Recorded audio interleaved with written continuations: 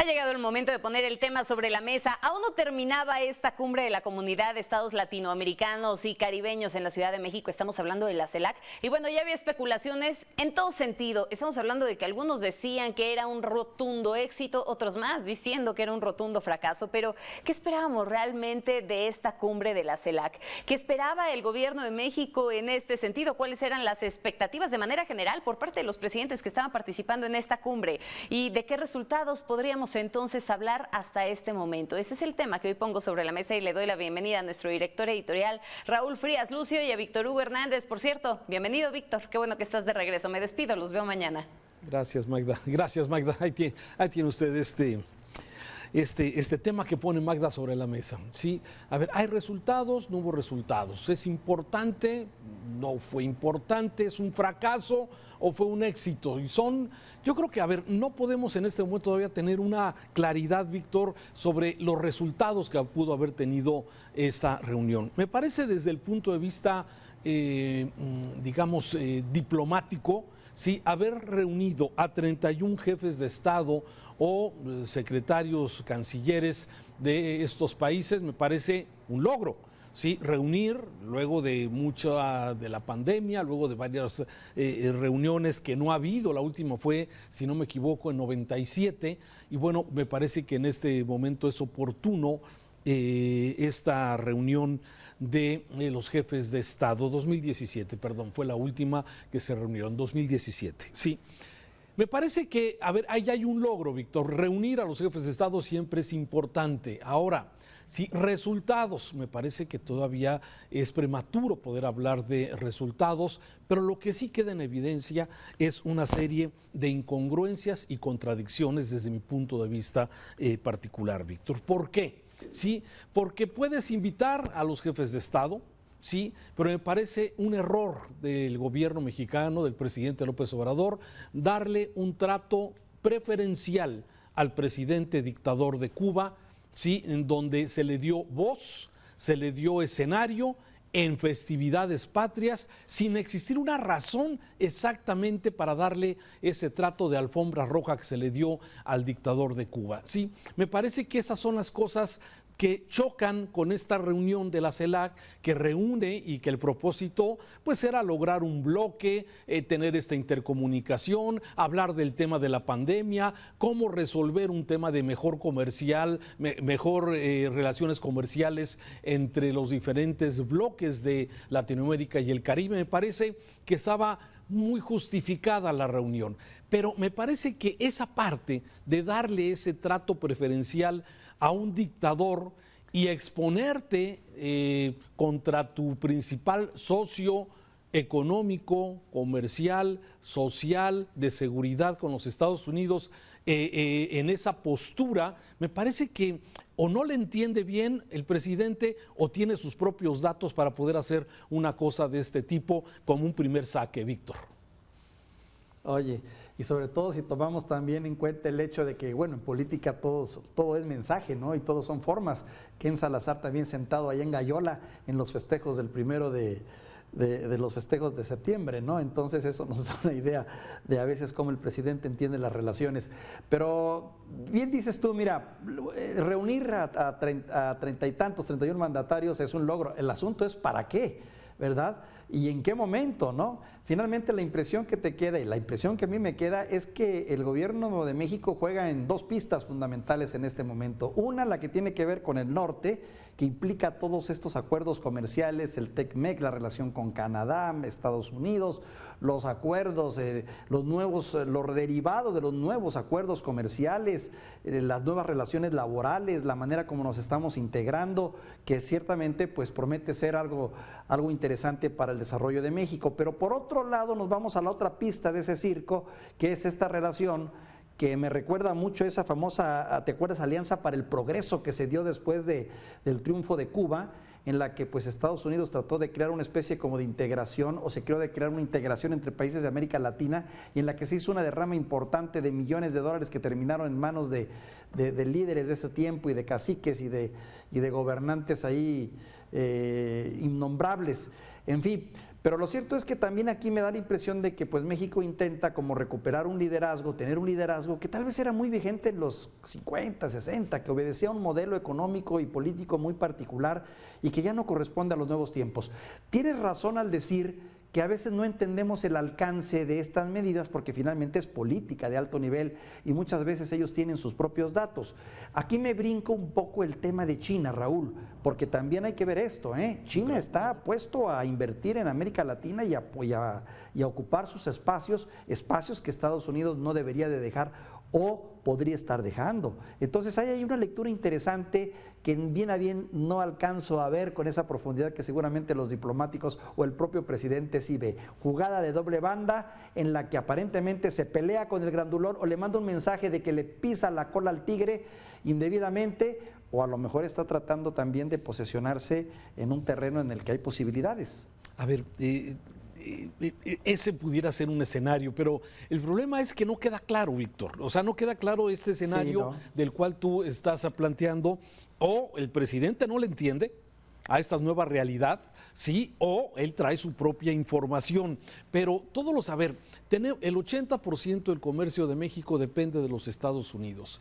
No hay mexicano que no tenga un pariente, tú mismo, yo mismo, que tengamos un pariente, un hermano, un hijo viviendo en los Estados Unidos, ¿sí? La relación es intensa. La segunda ciudad más importante de mexicanos está en los Estados Unidos. Los paisanos mandan 40,000 millones de pesos, sí, que han sido un alivio para la crisis de muchísimas familias mexicanas, ¿sí? Y aún así, sí, ves este tipo de manejo, ¿no? Por un lado, insisto, el problema no es recibir a los dictadores de América Latina. Me parece que México en esa postura es correcto, pero darle ese trato privilegiado, darle voz en el desfile, ubicar al embajador de Estados Unidos en la quinta fila al final, o sea, todos esos mensajes que significa, entiendo, muchos. Sí, y aquí lo hemos criticado, sí pareciera que el gobierno mexicano le está haciendo el trabajo sucio a los Estados Unidos con el tema de la migración, sí, al ser este tercer país seguro y de tener la migración ahí en Tapachula en las condiciones como lo hemos visto, las agresiones de la Guardia Nacional o de los agentes de migración lastimando, golpeando a familias de centroamericanos o de haitianos que desean pasar rumbo a Río Bravo. O sea, lo hemos visto y quizás el presidente, quiero entender que esa es la razón, ¿sí? Por un lado, pues estamos viendo esa acción que está permitida, tolerada o solicitada de parte de los Estados Unidos al gobierno mexicano y tratar de equilibrar un poquito. Eso o sea, tratar de entender un poco esta postura, porque de ahí en fuera no hubo una sola condena a la violación de los derechos humanos de Cuba de las últimas manifestaciones del mes de julio.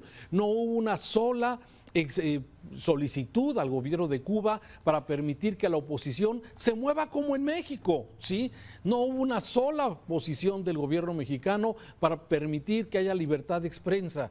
No hubo nada de eso, más que la solicitud expresa y pública del presidente López Obrador para pedirle a los Estados Unidos que levante el bloqueo, como dijo precisamente, contra la isla de Cuba. Y aquí la pregunta realmente, este apoyo del gobierno mexicano, este apoyo del presidente López Obrador a el señor Díaz-Canel, al presidente de Cuba, ¿realmente es un apoyo al pueblo de Cuba, Víctor?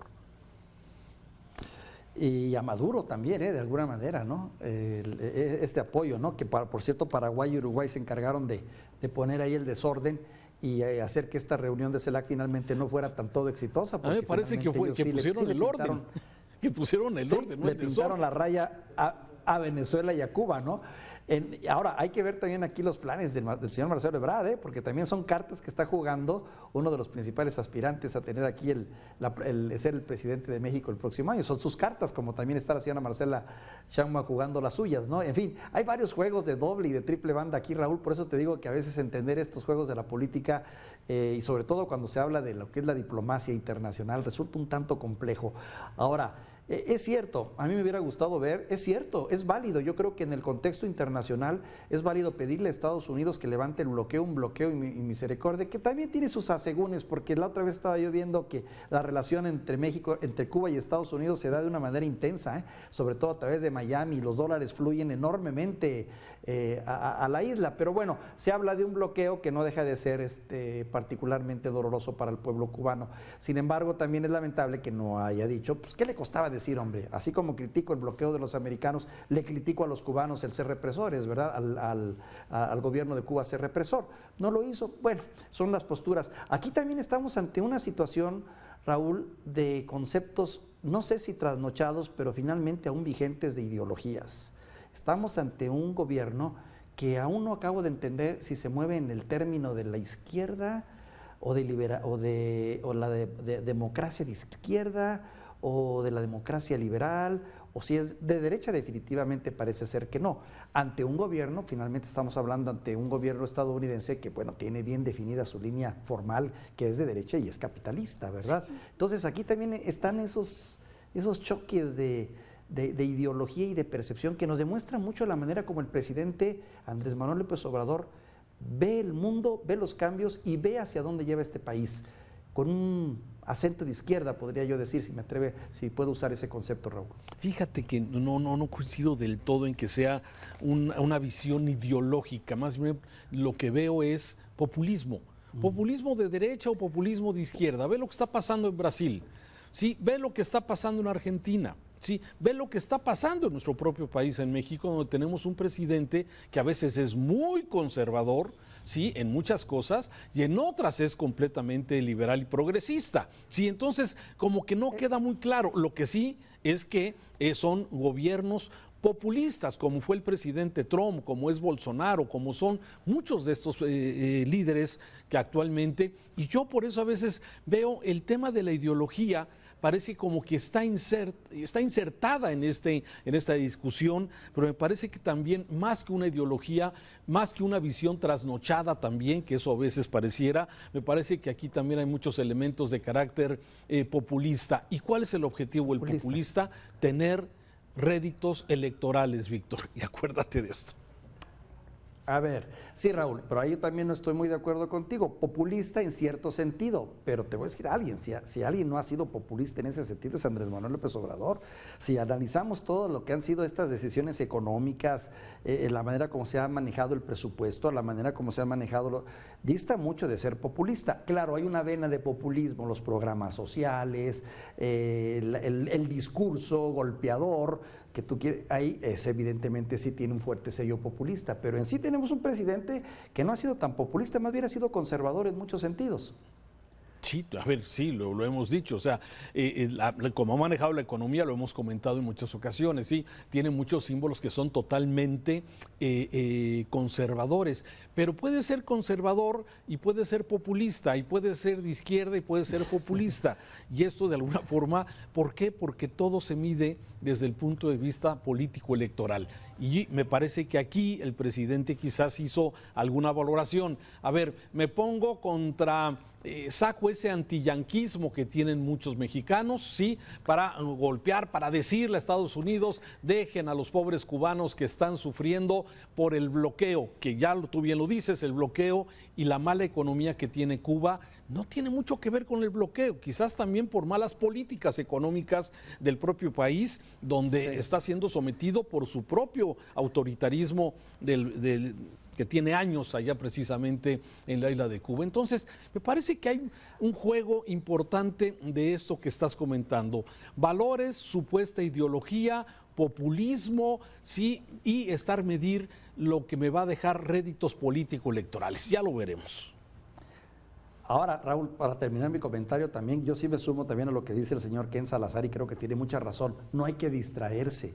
Nuestro interés fundamental, sinceramente, y yo sé que esto duele decirlo, está voltear lo que tenemos que nuestra relación con el Tratado de Comercio, con México, con Estados Unidos, con Canadá, ver hacia dónde está el negocio, dónde están las cuestiones de los dineros. Es doloroso decirlo, es duro decirlo, pero sinceramente hay que ser pragmático. No creo que sea tiempo de estar volteando para América Latina, pero bueno, en fin.